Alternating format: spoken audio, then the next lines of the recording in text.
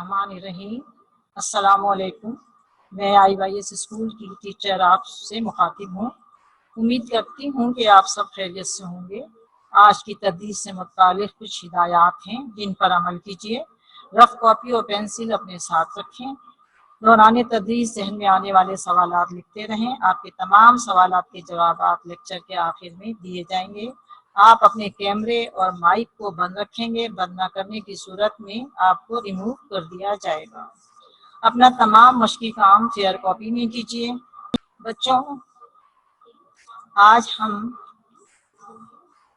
क़वाइद इंशा में इंशा के बारे में हम पढ़ेंगे। इंशा यानी मजमून नवीसी और खुतूत नवीसी के बारे में पढ़ेंगे।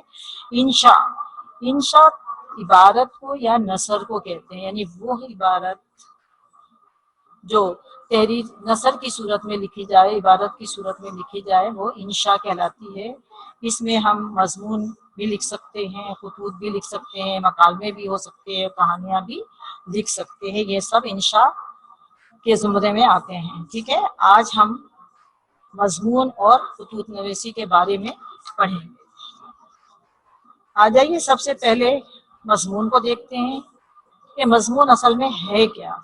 मजमून अपने ख्यालात, जज्बात, महसूसात और मुशाहिदात को साफ, शुस्ता और सही और मुअस्सर ज़बान में अदा करने का नाम मजमून नवीसी है। मजमून नवीसी के लिए 4 चीज़ें बुनियादी हैसियत रखती हैं। नंबर 1 ख्यालात, नंबर 2 तर्ज बयान, नंबर 3 तरतीब, नंबर 4 सहते ज़बान। किसी भी मजमून में ख्यालात जिस कदर बुलंद होंगे, वसी होंगे, उसी कदर वो मजमून भी बेहतर और दिलकश होगा। और ख्यालात की बुलंदी और वसअत के लिए जितना ज़्यादा हम मुताला करेंगे, जितना ज़्यादा हमारा मुशाहिदा तेज़ होगा, उतने ही हमारे पास तरह तरह के उम्दा से उम्दा ख्यालात मौजूद होंगे। अगर आपके पास ख्यालात बहुत अच्छे हैं लेकिन आपका अंदाज़े बयान, तर्ज बयान अगर सही ना हो, तो फिर उम्दा ख्यालात का कोई फ़ायदा नहीं है। और जब आपके पास ख्यालात भी हैं, तर्ज बयान भी है आपका अच्छा, और लेकिन अगर आपके पास उसकी तरतीब सही नहीं है, यानी आप उसको एक तरतीब के साथ नहीं लिखेंगे, तो उससे भी हम कोई फ़ायदा हासिल नहीं कर सकते। इसलिए मजमून लिखते वक्त तरतीब और तसलसल का होना ज़रूरी है। और जब आपके पास ख्यालात भी हैं, तर्ज बयान भी है, तरतीब भी आपको आती है, तो उसके साथ साथ सहते ज़बान का होना भी ज़रूरी है। यानी आपका जो कुछ लिख रहे हैं आप, उसमें इमला, ग्रामर या मुहावरे वगैरह का होना ज़रूरी है। मजमून लिखने के लिए कुछ हिदायत भी हैं जिनको आप ज़रा गौर से सुनिए कि आपको जब भी कोई उन्वान मजमून के लिए दिया जाए तो आप अपने मौजू पर चंद मिनट गौर कीजिए और अपने ख्यालात को जहन में यकजा कीजिए। जब आप अपने ख्यालात को जहन में यकजा कर लेते हैं तो उन्हें एक तरतीब के साथ आप उसको लिखना शुरू करें, और जो कुछ आपका उन्वान है उसी के मुताबिक आप लिखेंगे। इधर उधर की गैर ज़रूरी बातें लिखने से परहेज़ कीजिए। मजमून लिखते वक्त का ख्याल भी रखना ज़रूरी है, क्योंकि आपको पता है कि आप इम्तहान के हवाले से लिखते हो, आपको पूरा पेपर करना होता है। इसलिए ज़रूरत इस बात की है कि आपको जो जितना टाइम है उसी के अंदर आप अपना मजमून लिखें। मजमून को हमेशा पैराग्राफ की सूरत में लिखना चाहिए। किसी वाक़े को बयान करते वक्त उसकी तरतीब को कायम रखना चाहिए। आगे पीछे बात लिखने से मजमून बेरब्त होकर रह जाता है।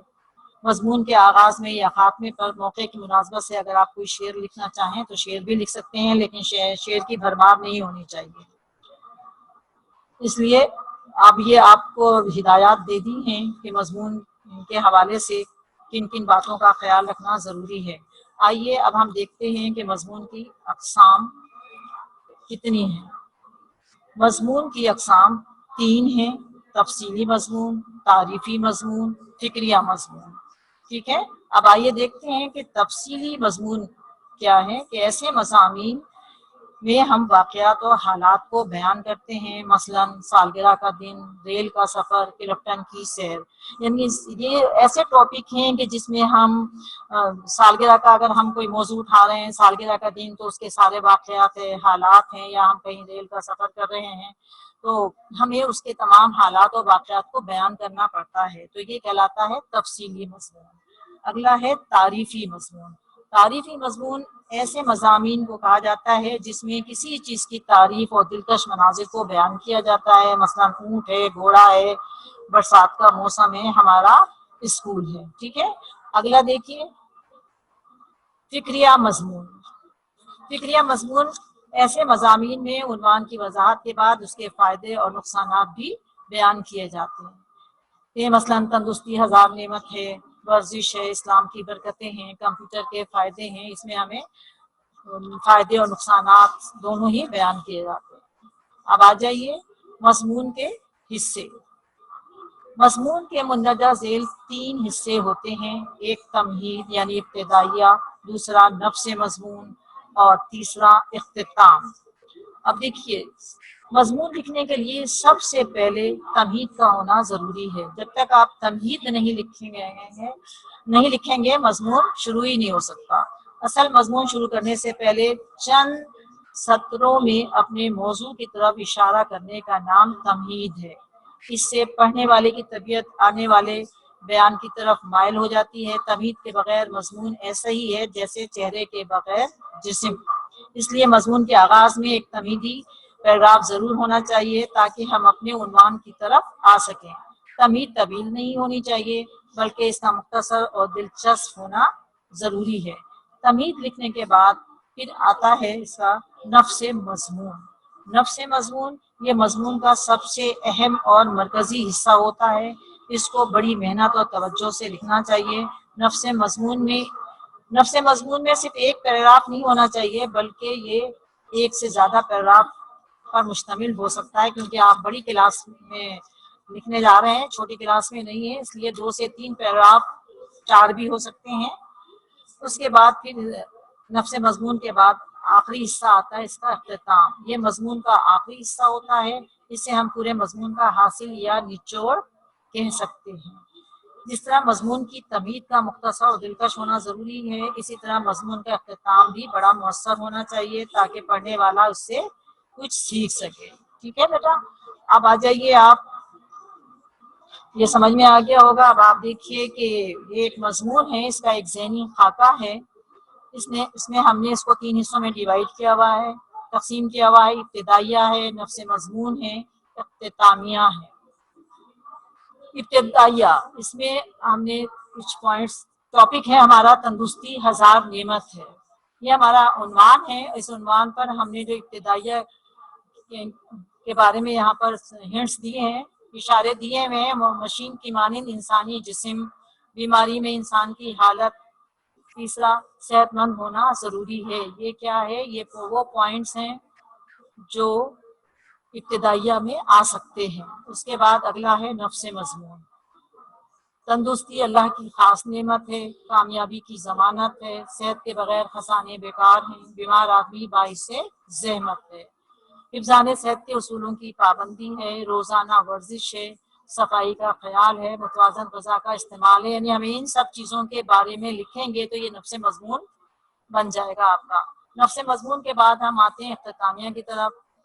جب ہم اس پہ اختتام کریں گے تو یہ پوائنٹس ہم لکھ سکتے ہیں کہ صحت کی قدر کرنا چاہیے اور ہر نعمت سے بڑی نعمت سمجھنا چاہیے تندرستی کو، اور ہمیشہ سستی اور کاہلی سے بچنا چاہیے۔ اب آئیے آپ مضمون کی طرف۔ یہ ایک مضمون نمونے کے طور پر آپ کو پیش کیا جا رہا ہے، آپ اس کا اسکرین شاٹ لے لیجیے گا۔ سب سے پہلے ہم اس کا ابتدائیہ پڑھ رہے ہیں، تمہید، جس کو تمہید کہتے ہیں۔ انسانی جسم ایک مشین کی مانند ہے، مشین کا ایک پرزہ خراب ہو جانے سے ساری مشین بیکار ہو جاتی ہے۔ اسی طرح جب انسان بیمار ہو جائے تو وہ بھی کسی کام کا نہیں رہتا۔ صحت کے بغیر انسان نہ اپنے کام آ سکتا ہے نہ کسی دوسرے کے۔ تو یہ کیا ہے؟ یہ تمہید ہے۔ اب آئیے اگلے پیراگراف کی طرف۔ تندرستی اللہ تعالیٰ کی دی ہوئی ایک خاص نعمت ہے، جو لوگ اس نعمت سے مالا مال ہیں وہی دنیا میں کامیاب و کامران ہو سکتے ہیں۔ تندرستی سے غربت میں بھی محنت کر کے گزارا کیا جا سکتا ہے، مگر بیمار آدمی کے پاس قارون کا خزانہ بھی ہو تو اس کے لیے کسی کام کا نہیں۔ بیمار آدمی خود ہی بیزار نہیں ہوتا بلکہ اپنے گھر والوں، تیمارداروں اور عزیز و اقارب کے لیے بھی وبال جان بن جاتا ہے۔ ایک پیراگراف ختم ہوا، یہ نفس مضمون کا ہے۔ اب اگلا جو پیراگراف ہے یہ بھی نفس مضمون ہے، हर इंसान को चाहिए कि अपनी तंदुरुस्ती का ख्याल और इसकी हिफाजत करे। ये खुदा की दी हुई बहुत बड़ी नेमत है। हमें चाहिए कि तंदुरुस्ती के उसूलों की सख्ती से पाबंदी करें और हर हालत में सेहत को बरकरार रखने की कोशिश करें।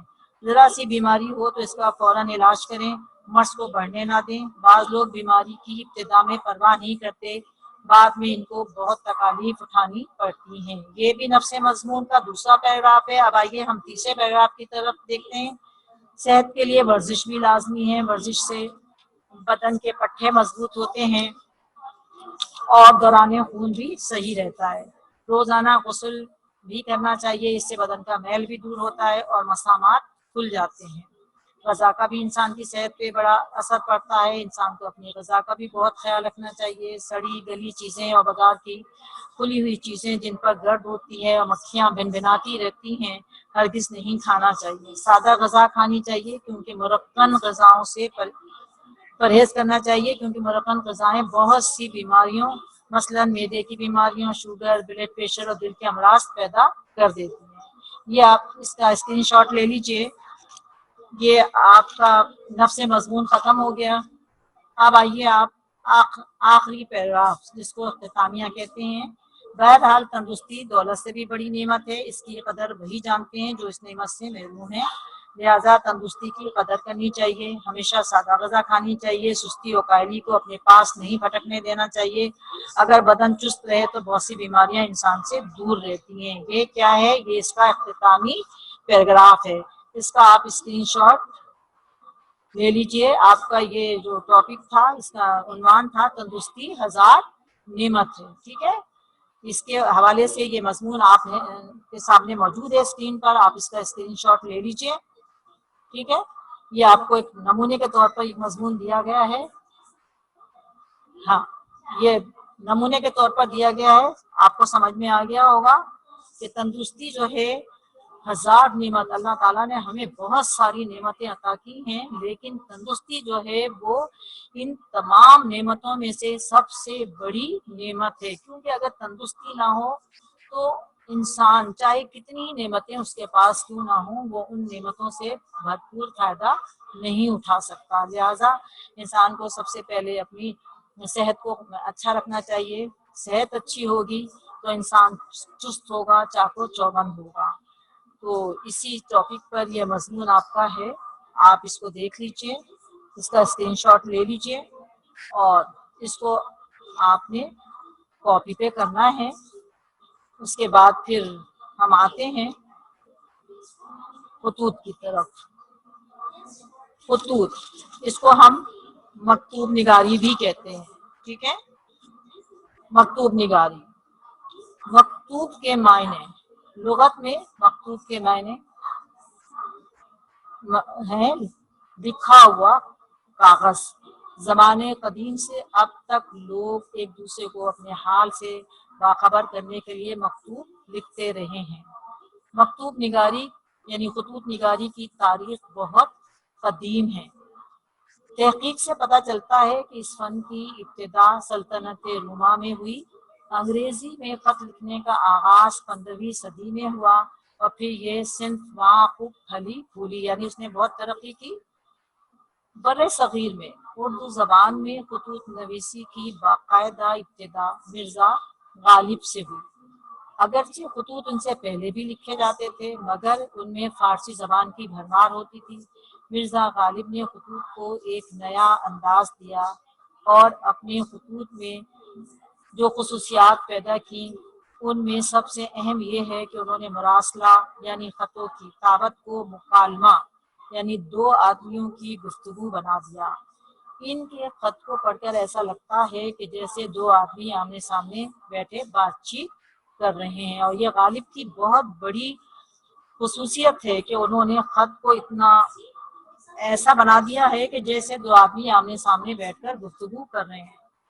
अब आइए हम देखते हैं खुतूत की अक़साम।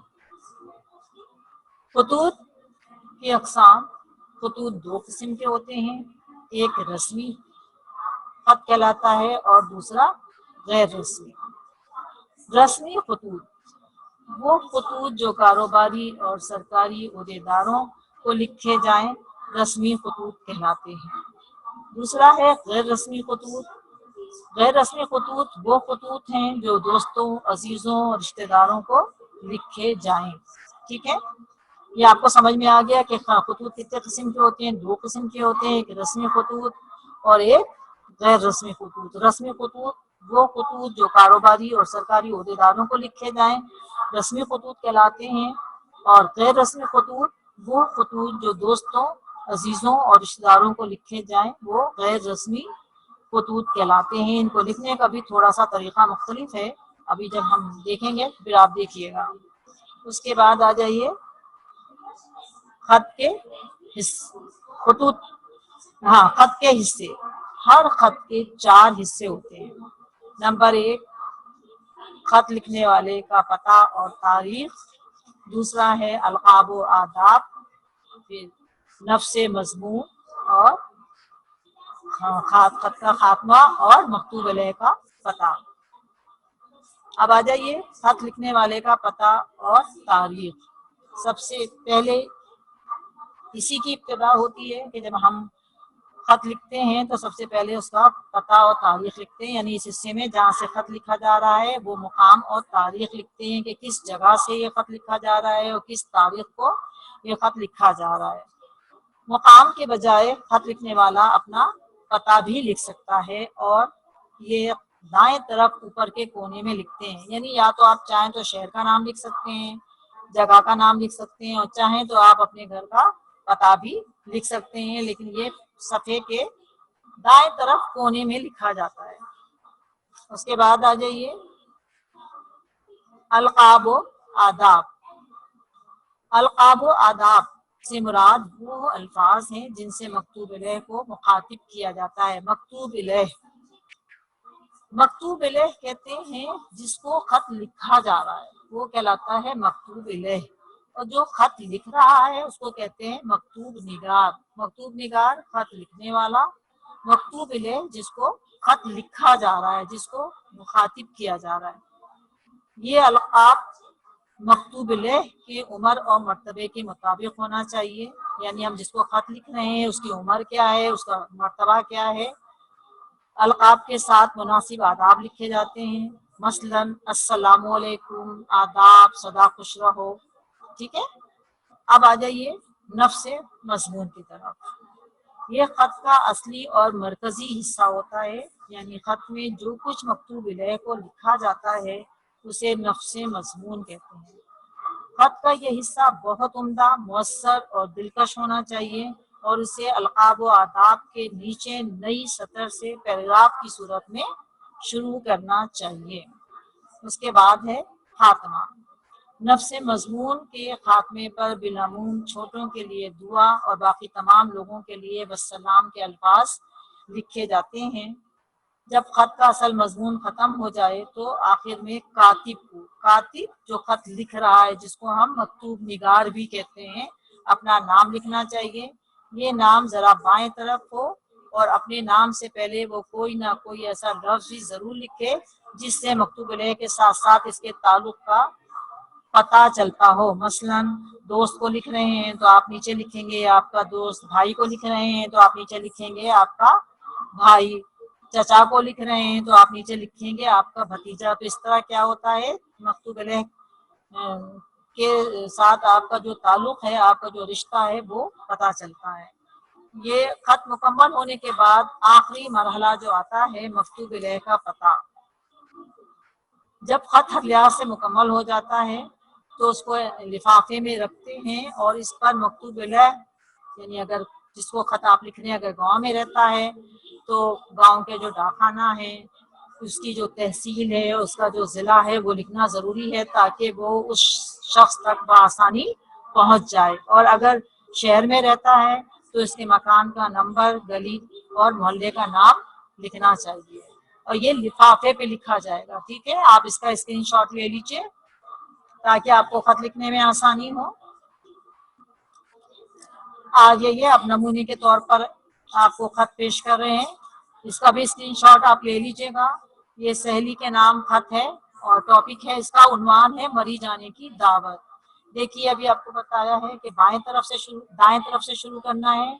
कमरे इम्तहान अलिफ बे जीम रोड मलिर कराची 18 अगस्त 2020, ठीक है। उसके नीचे लाइन नहीं छोड़ना है, हाँ लाइन नहीं छोड़ना है।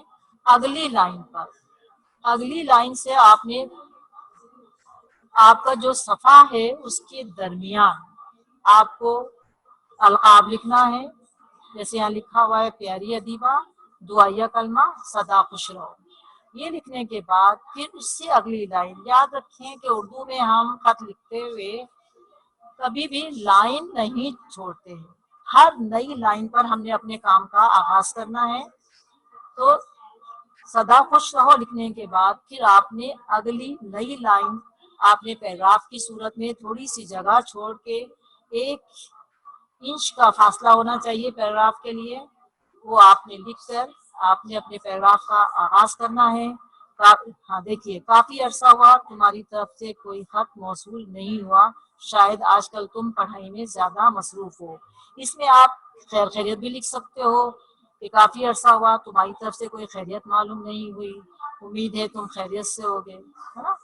शायद आजकल तुम बहुत ज्यादा पढ़ाई में मसरूफ हो इसलिए तुमने हमसे कोई खत नहीं लिखा, यानी इसमें खैर खैरियत भी लिख सकते हैं, डायरेक्ट भी शुरू कर सकते हैं।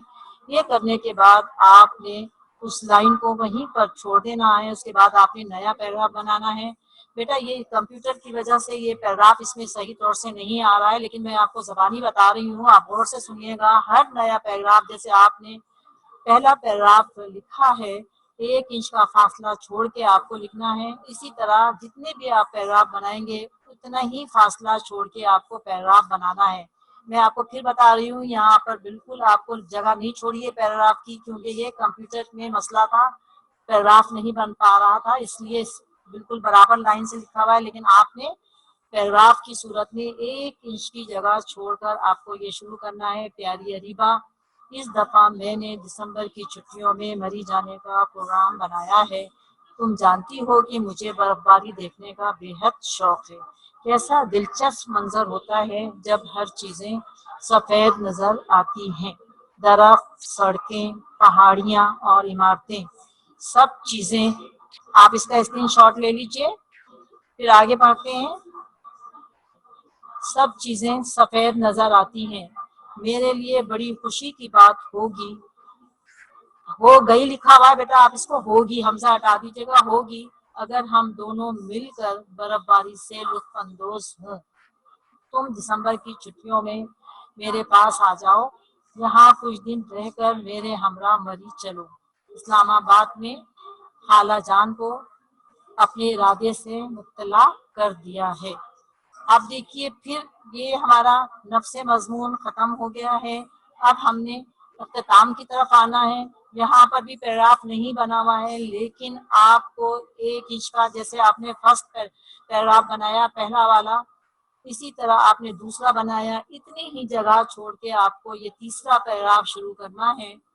तुम अपने अम्मी अब्बू से इजाज़त ले लेना, मेरी तरफ से अपनी अम्मी और अब्बू को सलाम अर्ज करना और छोटों को दुआएं। बस सलाम, तुम्हारी सहेली अलिफ बे जी। बस सलाम आप तुम्हारी सहेली के ऊपर भी लिख सकते हैं और जहाँ पर ये पैराग्राफ खत्म हो रहा है वहां भी लिख सकते हैं, दोनों सही है।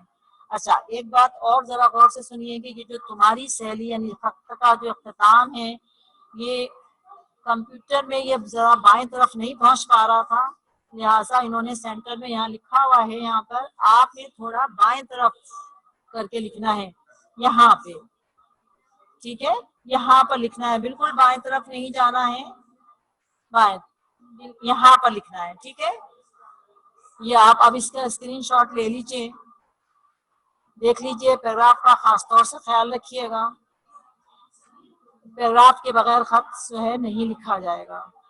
स्क्रीनशॉट लेने के बाद आइए हम एक और खत देखते हैं। अखबार के मुदीर के नाम खत लिखिए जिसमें उसकी तवज्जो माहौलियाती आलूगी की तरफ दिलाइए और निज इसके हल के लिए 5 तजावीज़ भी दीजिए। अभी आपने जो खत लिखा वो गैर रस्मी खत था। आपने पढ़े हैं ना, खत के 2 हिस्से होते हैं, एक रस्मी होता है, एक गैर रस्मी खत होता है। तो پہلا والا جو خط تھا وہ غیر رسمی خط تھا، دوست کے سہیلی کو لکھا تھا. اب ہے یہ رسمی خط، اخبار کے مدیر کے نام، جس کو ایڈیٹر بھی کہتے ہیں، اس کے نام یہ خط لکھا ہے اور اس میں اسے لکھا جا رہا ہے، اور جس میں اس کی توجہ مالیاتی آلودگی کی طرف دلائی جا رہی ہے اور اس کے حل کے لیے تجاویز بھی دینی ہے. دیکھیے یہ سلسلہ آپ کا وہی ہوگا. بائیں طرف آپ نے جہاں سے خط لکھ رہے ہیں وہاں کا آپ کو پتہ لکھنا ہے. ظاہر ہے آپ امتحان کے حوالے سے لکھتے ہیں، اس لیے کمرہ امتحان ملی کراچی. تاریخ آپ اس کو جس دن آپ لکھ رہے ہیں، آج 18 ہے، 18 اگست، جس تاریخ کو آپ خط لکھ رہے ہیں آپ کو وہی تاریخ ڈالنی ہے. جیسے امتحان میں بھی آپ کو جس دن آپ کا پیپر ہے تو آپ نے اسی دن کی تاریخ ڈالنی ہے. تاریخ ڈالنے کے بعد ہمارا اگلا مرحلہ آتا ہے القاب و آداب کا. ٹھیک ہے، القاب و آداب. محترم جناب مدیر صاحب، یہ چونکہ آپ کا وہ ہے رسمی آپ کا خط ہے، اس لیے آپ نے یہاں پر اخبار کے ایڈیٹر کو، مدیر کو لکھ رہے ہیں، لہٰذا آپ کو جس اخبار کے وہ مدیر ہیں اس اخبار کا نام بھی لکھنا ہے. یہ کس کے نام ہے؟ روزنامہ جنگ کراچی کے نام. ٹھیک ہے، یہ لکھنے کے بعد آپ نے اگلی لائن پر آنا ہے السلام علیکم. چونکہ یہ رسمی خط ہے لہٰذا ہم نے اس میں خیر خیریت کا کوئی تذکرہ نہیں کرنا. ہم کو ڈائریکٹ یعنی اپنے جو ہمارا ٹاپک ہے ہمیں اس کی طرف آنا ہے. تو اس میں بھی دیکھیے بیٹا پیراگراف کی صورت میں ہی اس کو بھی شروع کرنا ہے. میں آپ کے موقر جریدے روزنامہ جنگ کی باقاعدہ قاریہ ہوں. موقر توقیر والا، عزت والا. جریدہ رسالے کو کہتے ہیں، اخبار کو کہتے ہیں. تو میں آپ کے موقر جریدے روزنامہ جنگ کی باقاعدہ قاریہ ہوں. قاریہ پڑھنے والی، باقاعدہ قاریہ ہوں یعنی روزانہ میں آپ کا اخبار باقاعدگی سے پڑھتی ہوں. ہاں، آپ کا اخبار قاریہ ہوں اور آپ کا اخبار بہت شوق سے پڑھتی ہوں، خاص طور پر وہ صفحہ جو آپ نے عوامی مسائل کے لیے مخصوص کر رکھا ہے. عوامی مسائل آپ جانتے ہیں کہ جیسے ماحولیاتی آلودگی یہ عوامی مسئلہ ہے، بجلی کی لوڈ شیڈنگ ہے، ٹریفک کا مسئلہ ہے، سیوریج کا مسئلہ ہے. تو یہ سب کیا ہیں؟ یہ عوامی مسائل ہیں. مخصوص کر رکھا ہے یعنی آپ نے خاص طور پر ایک صفحہ اس مقصد کے لیے رکھا ہوا ہے جس میں عوام کے جو مسائل ہیں ان کو شائع کیا جائے. آج میں بھی ایک مسئلہ لے کر آپ کی خدمت میں حاضر ہوں اور وہ مسئلہ ہے ماحولیاتی آلودگی کا. یہ ایک پیراگراف ختم ہو گیا، اسکرین شاٹ لے لیجئے اس کا آپ. ٹھیک ہے، اگلے پہ آئیے. اب یہ ہمارا دوسرا پیراگراف شروع ہو رہا ہے. پیراگراف بنا کے لکھنا ہے، اس کا بھی اسکرین شاٹ لے لیجیے گا. جیسا کہ آپ جانتے ہیں، جیسا کہ آپ سب جانتے ہیں کہ ماحولیاتی آلودگی کی سب سے بڑی وجہ فیکٹریوں کا دھواں اور سے نکلنے والا زہریلا کیمیکل زدہ پانی ہے. گاڑیوں کا دھواں بھی ماحول کی آلودگی میں اہم کردار ادا کرتا ہے. اس کے علاوہ جگہ جگہ کچرے کے ڈھیر اور سیوریج کا پانی ہے. یہ تمام چیزیں ہمارے ماحول کو آلودہ کر رہی ہیں جو انسانی صحت کے لیے نقصان دہ ہیں. اس لیے اس مسئلے کی طرف توجہ دینے کی ضرورت ہے. میں اس مسئلے کے حل کے لیے کچھ تجاویز دینا چاہوں گی. آپ نے ہیڈنگ ڈالنے کی ضرورت نہیں ہے تجاویز کی، آپ نے صرف پوائنٹس کی صورت میں یہاں لکھنا ہے کہ ماحولیاتی آلودگی کو ہم کس طرح کم کر سکتے ہیں. پوائنٹس میں لکھنا ہے زیادہ سے زیادہ درخت لگائے جائیں، کیونکہ جتنے زیادہ درخت ہوتے ہیں اتنی زیادہ آلودگی میں کمی آتی ہے. دوسری بات کہ فیکٹریوں کو آبادی سے دور رکھا جائے. آبادی سے دور ہوگا تو اس کا اثر جو ہے وہ انسانوں پر یعنی لوگوں پر نہیں پڑے گا. کچرے کی صفائی کا مناسب بندوبست کیا جائے. اس کے بعد ہے زیادہ دھواں چھوڑنے والی گاڑیوں پر پابندی لگائی جائے. سیوریج کے پانی کی نکاسی کا مناسب بندوبست کیا جائے. یعنی آپ نے یہ تجاویز دی ہیں کہ اگر آپ اس طرف قدم اٹھائیں گے تو आप बड़ी हद तक माहौलियाती आलूदगी के मसले को हल कर सकते हैं। फिर आपके पास अगला पैराग्राफ देखिए, तीसरा पैराग्राफ, इसको भी आपने पैराग्राफ की सूरत में लिखना है, जगह छोड़ के लिखनी है। आपसे उम्मीद है कि आप मेरा ये खत अपने अखबार में शाया करके हुकाम की तवज्जो इस मसले की तरफ दिलाएंगे और मुझे शुक्रिया का मौका देंगे। फकत आपकी मुखलिस अलिफ बे जी। ये भी बेटा आपको बिल्कुल दरमियान में आया है, आपको थोड़ा सा बाएं तरफ और लेके जाना है और बाएं तरफ इसे लिखना है, दरमियान में नहीं लिखना है। यकीनन आपको समझ में आ गया होगा कि कहाँ कहाँ पैराग्राफ बनाना है और किस तरह इसका अख्तिताम करना है। इसका आप स्क्रीनशॉट ले लीजिए, ठीक है। अब आ जाइए घर का काम। अखबार के मुदीर के नाम एक खत तहरीर कीजिए जिसमें इसकी तवज्जो अपने इलाके में बिजली की लोड शेडिंग की तरफ दिलाइए। खत आप नमूने का खत आप देख चुके हैं, इसी तरह आपको खत लिखना है अखबार के मुदीर के बारे में, और उसके बाद आपने इसी तरह शुरू करना है। और उसके बाद कौन सा मसला है आपका, बिजली की लोड शेडिंग। आप जानते हैं इसी शहर में रह रहे हैं, लोड शेडिंग की क्या सूरत हाल है, आपको इस मसले की तरफ तवज्जो दिलानी है अखबार के मुदीर के नाम। और जो मसले मसाइल हैं बिजली की लोड शेडिंग के हवाले से, वो मसले आपको इसमें लिखने हैं, ठीक है। उसके बाद ये खत है, अपने मामू को एक खत लिखिए जिसमें इम्तिहान में पास होने पर उन्होंने आपको जो तोहफा भेजा है इसका शुक्रिया अदा कीजिए। तो ऊपर वाला जो खत है वो रस्मी खत है, तो नीचे वाला जो है खत है, अपने मामू को खत लिखना है, ये है गैर रस्मी खत। दोनों को एक एक खत आपको लिखना है। उसके बाद फिर हमारा तीसरा क्वेश्चन है, मुंदरजा ज़ेल उन्वानात पर मजमून तहरीर कीजिए, कम से कम 2 सफ़ात। एक है कंप्यूटर के फवायद और नुकसानात, और दूसरा है मेहनत की अजमत, ठीक है। इसकी स्क्रीनशॉट ले लीजिए। इसके बाद अगला जो चैप्टर है वो हम पढ़ेंगे अब जब हमारी क्लास होगी। Thank you, Allah Hafiz.